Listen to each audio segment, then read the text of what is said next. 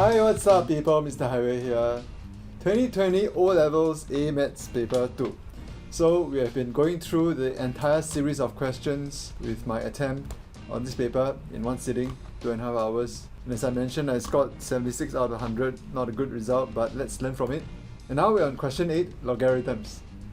So here we have question 8a, a pretty straightforward question. It says, solve the equation e to the power of x times 1 plus e to the power of x is equals to 3/4.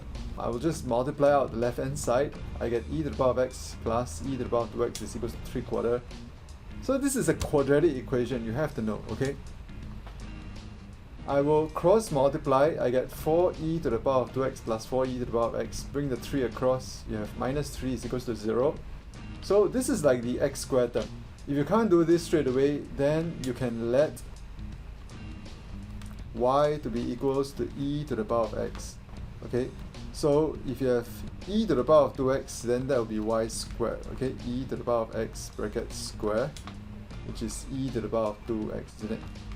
But I don't have to, because I can see straight away this is y squared, this is y.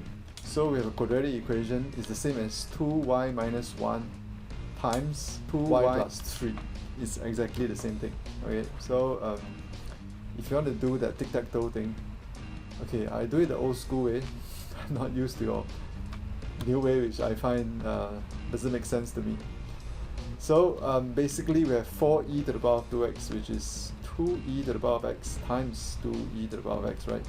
That's 4e to the power of 2x. And then we have minus 3 here, which is 3 times 1. So because we want a positive 4 here, if you multiply, you will know that you get a 6e to the power of x, 2e to the power of x, and 6 minus 2 is a 4, isn't it? So that means this has to be positive. I'll put a positive here, this is negative. Okay, and we have minus 3 here. Okay, but I do none of this in writing because I do it in the head, so I'll just factor it out directly. Okay, it's not too difficult, you know, because we see that this 4e2x can be 2ex times 2ex, right? And then 3 must be 3 times 1, you know, so I do these mental calculations inside. It's not too difficult. Okay, next, zero product rule. This times this is equals to 0, and so this first one is equals to 0, so e to the power of x is equals to half, or this second one is equals to 0, 2ex plus 3 is equals to 0. But in which case we will get e to the power of x is equals to negative 3 over 2.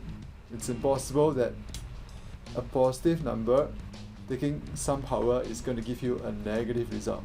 No way. That's impossible, so we reject this result here. Continuing from here, e to the power of x is half, so bring over the e, you get ln. Ln half is equals to negative ln 2. What happens here is ln half is actually ln of 2 to the power of negative 1, right? We power law, we pull it down. Yeah, it's not really a necessary step. We could have just pressed calculator and straight away get this, right? In fact, negative ln 2 is an acceptable answer. It's just that it looks nicer than ln half, right? Easily done. Question 8a, 3 marks. Reasonable. Next, we go to question B. Solve the equation 1 plus log base 2y plus 1 over log base 8 2 is equals to log base 2 bracket y plus 3. I would say this is a pretty standard question as well. When it comes to solving logarithmic equations, my two strategies would be to either have log base ax equals to log base ay.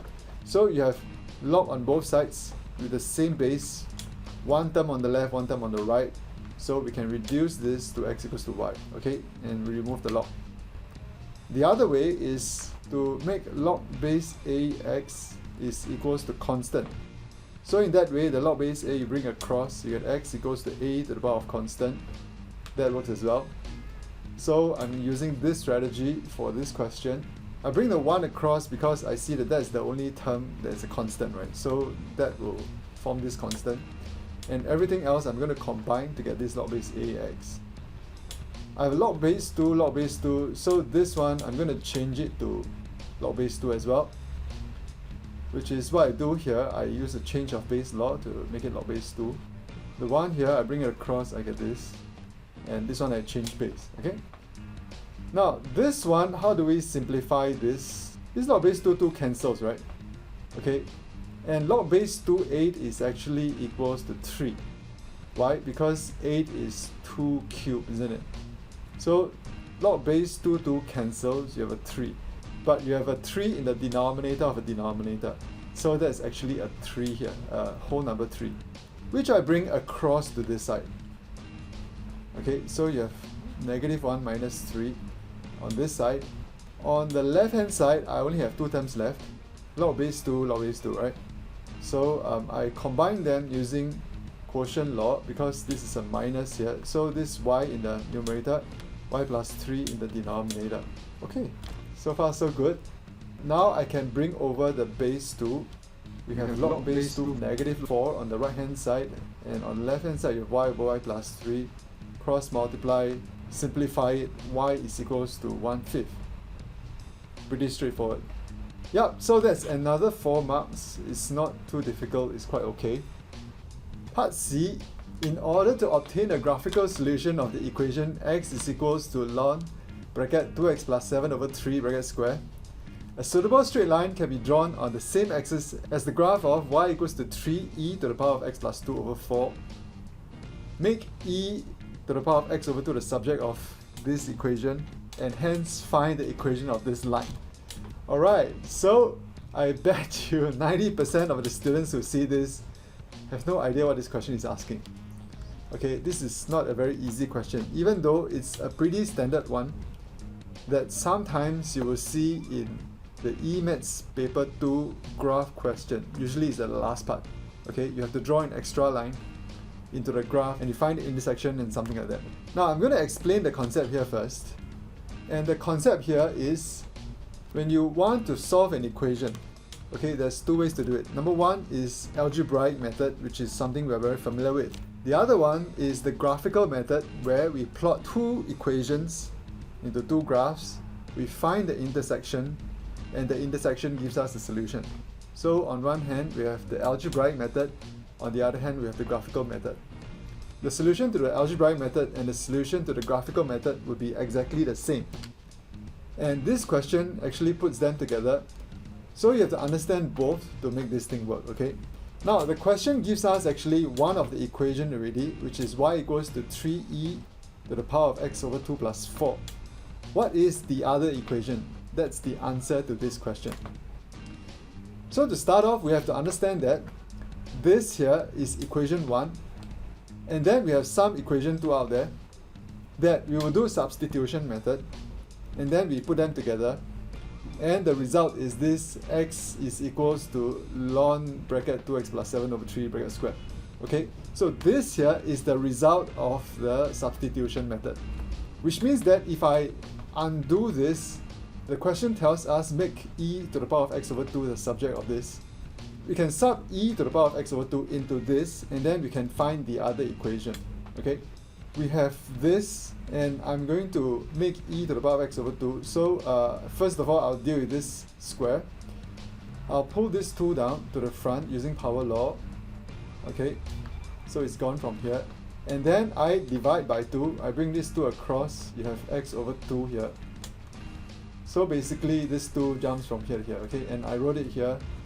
Power law cross multiply. So that's what I have here. X over 2 is equals to ln bracket 2x plus 7 over 3. Then I bring the ln across, I get e to the power of x over 2. So yes, I did what the question says already. I make e to the power of x over 2 the subject. Now I will sub this e to the power of x over 2 into this e to the power of x over 2 here, which is in the equation. That's why I said here, sub e to the power of x over 2 is equals to 2x plus 7 over 3 into y. And so this is it. And we simplify it, we get y equals to 2x plus 11. Yeah, so that's the answer.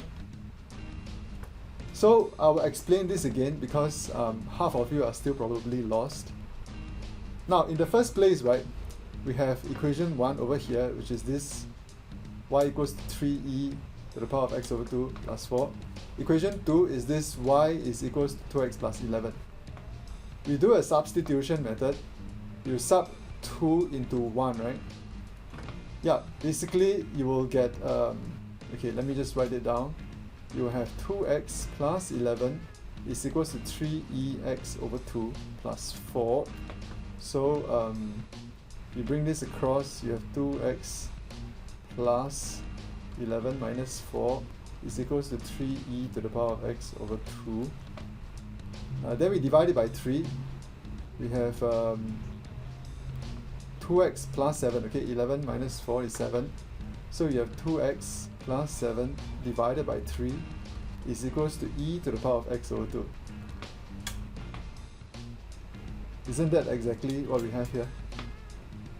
So if you continue down this way and this way, well, you get this. And if you can continue down this way and you can make x the subject, you can solve this equation. Okay? But we rewind it and then we say that no, we're not going to do that. We're going to plot this line here. And we plot this equation 1 and equation 2 together, we find the intersection. Okay? So that will give us the solution to this equation. Yeah. But the phrasing is not like that. The phrasing is that this is given, we work backwards to find this particular equation, the equation 2. Okay, so if you're still not sure, you have questions further to this, you're welcome to leave your comments below and I'll be happy to answer them. Like and subscribe. I'll see you in the next video for the next question.